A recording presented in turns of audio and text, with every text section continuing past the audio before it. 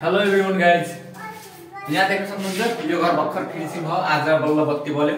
यहाँनिर हामीले wall mixer भनेर यहाँ राखेको थियौँ। यहाँ देख्न सक्नुहुन्छ वाल मिक्सरको पोइन्ट। यहाँनिर यो मिलेन। सुरुमा यो नापेर एकदम एक्ज्याक्ट ठाउँमा एकदम पर्फेक्ट ठाउँमा राखेको थियौँ।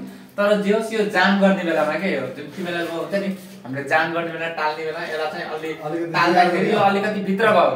यो एकदम प्रोपर चाहिन्छ। यसको लागि वाल मिक्सर सेट गर्दा एकदम प्रोपर चाहिन्छ, एकदम बराबर गरेर चाहिन्छ। अलिकति पनि यो फरक पर्यो भने यो मिल्दैन वाल मिक्सर एकदमै गाह्रो हुन्छ। त्यही भएर लगभग मैले काम गरेको 7 वर्ष हो। 7 वर्षसम्म अझैसम्म मैले कुनै पनि घरमा फिनिसिङ गरेबाट यस्तै फुटालेर चाहिँ फेरिबाट वाल मिक्सर सेट गर्न परेको थिएन कि आजसम्म परेको थिएन है।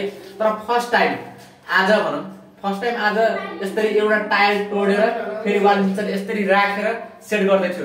यदि हजुरहरू पनि यदि वाल मिक्सर राख्नु भएको छ भने यस्तो वाल मिक्सर लाग्दैन भने अब के गर्ने, कसरी यसलाई जाम गर्ने तरिका म सिकाउँदैछु। यहाँनिर अब हामीले जुन यो सेट गरिसकेका छौँ, यसरी सेट गरेर यो टाइट गर्दैछौँ। अब के गर्छौँ, यहाँनिर भुक्का सुक्का हालेर यसलाई अड्डाउँछन् फिमेल एलको लागि।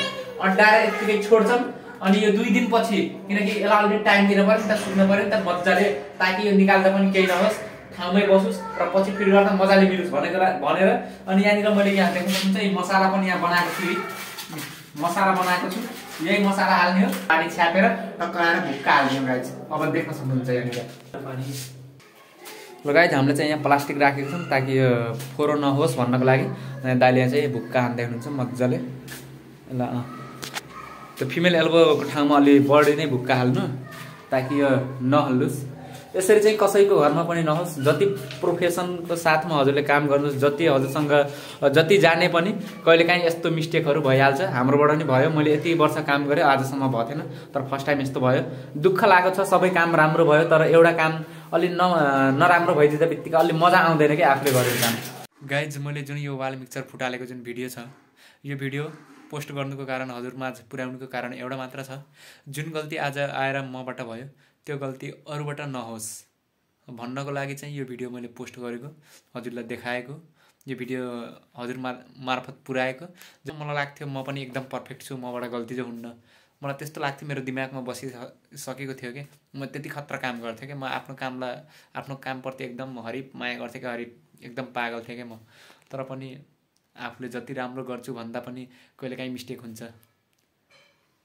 मिस्टेक त हुन्छ, त्यो त थाहा थियो, तर पनि यो यस्तो सामान्य कुरा पनि मिस्टेक हुन्छ र मबाट भन्ने भएको थियो, तर हुँदो रहेछ। त्यो भन्छन् नि, जति सब्जी काट्न जाने पनि कुकमेनले कहिलेकाहीँ अम्ला चाहिँ काट्छ नै काट्छ। हो, त्यही नै मबाट भयो। सो मैले त मसँग त आइडिया छ। मैले जस्तो सुकै परिस्थिति भए पनि मसँग बनाउने क्षमता, मसँग हिम्मत र आँट छ। सो मैले यो फुटालेर नि बनाइसकेँ। अब त्यसलाई चाहिँ टाल हाल्न मात्र बाँकी छ। सो हजुरहरूसँग पनि यस्तो काम दुबारा नदोहोरियोस्। यदि दोहोरिहाले भने पनि कसरी बनाउने भन्ने कुराहरू म यो भिडियो मार्फत सिकाइसकेको छु। सो हेर्नु होला गाइज।